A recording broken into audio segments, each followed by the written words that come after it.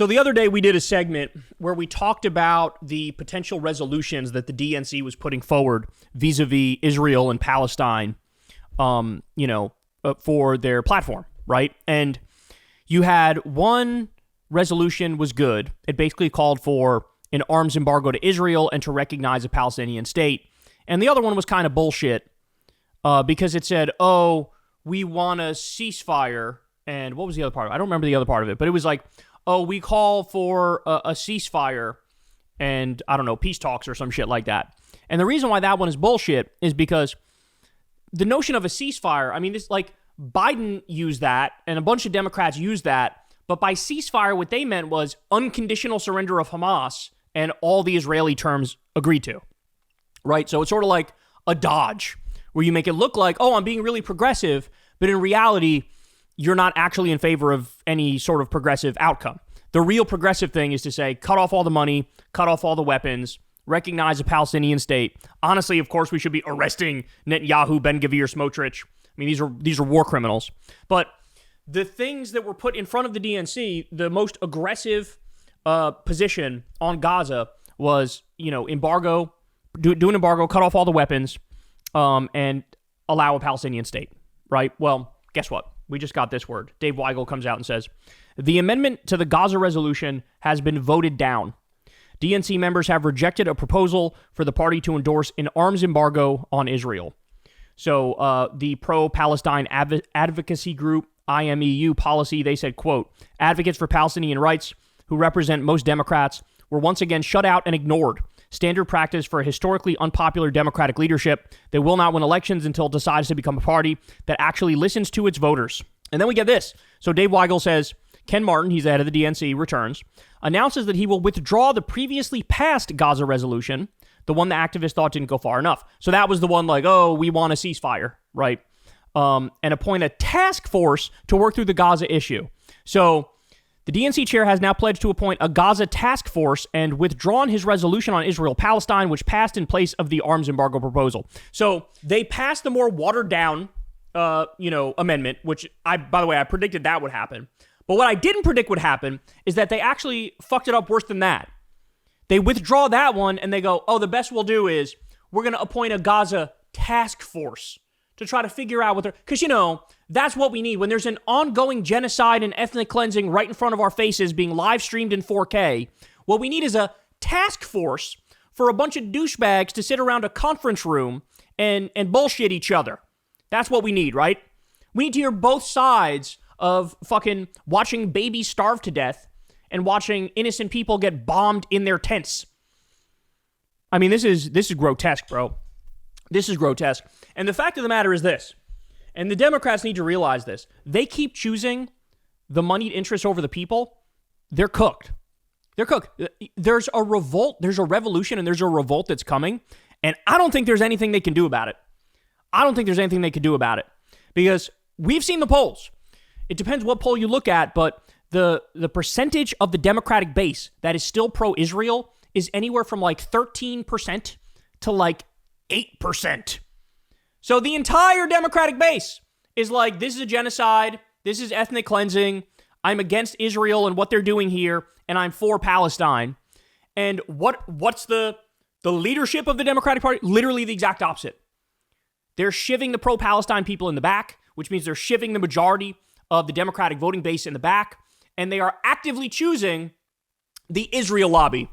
That's what they're doing. They are choosing the Israel lobby. And by the way, while we're on this topic, look at this. While urging Biden to rush bombs for Israel's genocide and voting for a $17 billion arms package for the apartheid state, Representative Richie Torres also secretly bought stock in weapons giants Lockheed, Northrop, and L3 Harris, the firm supplying Israel's arsenal. The trades were filed nearly a year late, far beyond the 45-day deadline under the Stock Act, Sludge reports. All the while, Torres loudly opposed a ceasefire, joined Republicans to override Biden's brief pause on 2,000-pound bombs. He was even as they were dropping 2,000-pound bombs on hospitals and schools, this dumb motherfucker said, I'm joining with the Republicans. Don't you dare pause those bombs, Joe Biden. And he voted to sanction the ICC after it issued an arrest warrant for Israeli soldiers, or Israeli leaders, I should say. So the International Criminal Court goes, yeah, we looked at the evidence. Netanyahu's a war criminal. we're going to issue an arrest warrant. And how dare you sanction the ICC for doing their job, properly and correctly. So understand, this guy is swimming in AIPAC money, Israel lobby money. He's been given a tremendous amount of money from them, but now also he was investing in the so-called defense contractors, really they're offense contractors, and making money off of the genocide, profiting off of the genocide. So if you wonder why is the Democratic Party not coming around to where the base is on this issue? Why are they not just from a moral perspective coming around based off the pictures and the videos coming out of Gaza? Here's your answer. A lot of it has to do with the money, which is what we're talking about now. But there's some percentage of it as well that is truly ideological. And that part is incredibly disturbing to me. Because those people, you can look at this wanton, brazen human suffering right in front of your face, brought about on purpose by genocidal Nazi-like IDF soldiers, and you're callous to it, you're indifferent to it.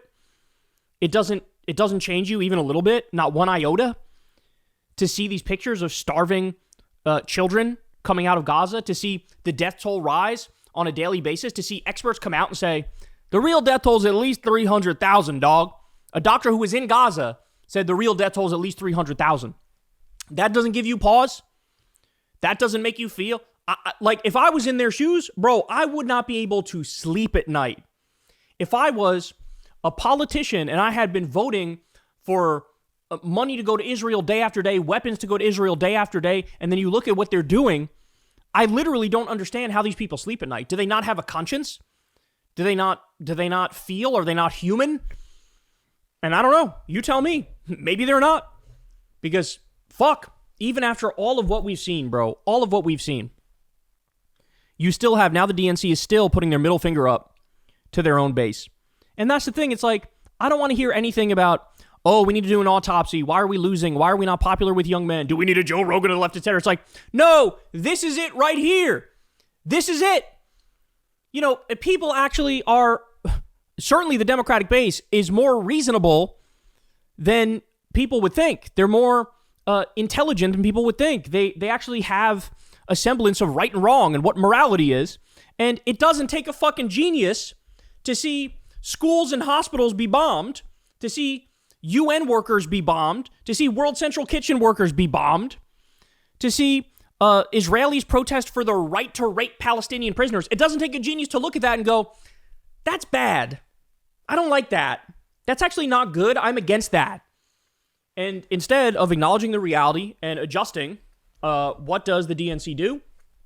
They screw their base over yet again, put their middle finger up, and kill the proper position, the proper amendment, the proper, position that the party should take. So it's absolutely disgusting.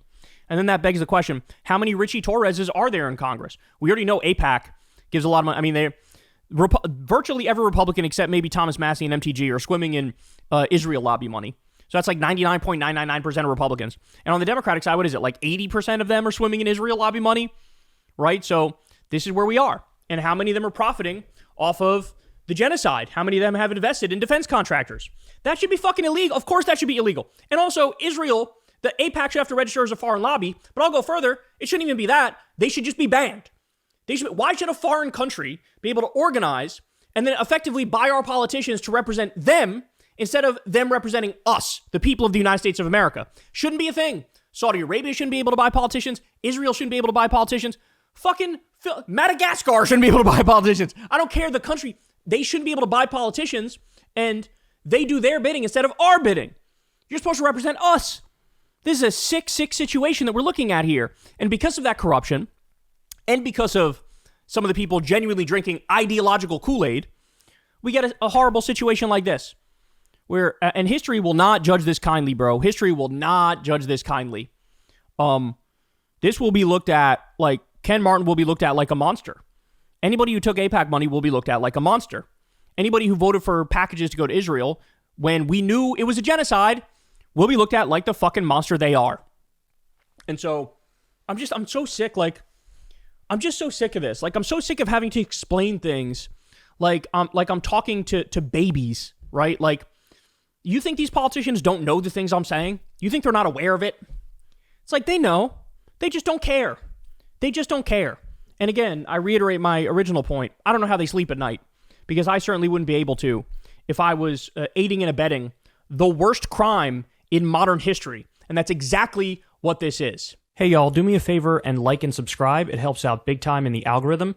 Click the bell as well for notifications when videos drop, and watch that video on screen right now. You know you want to.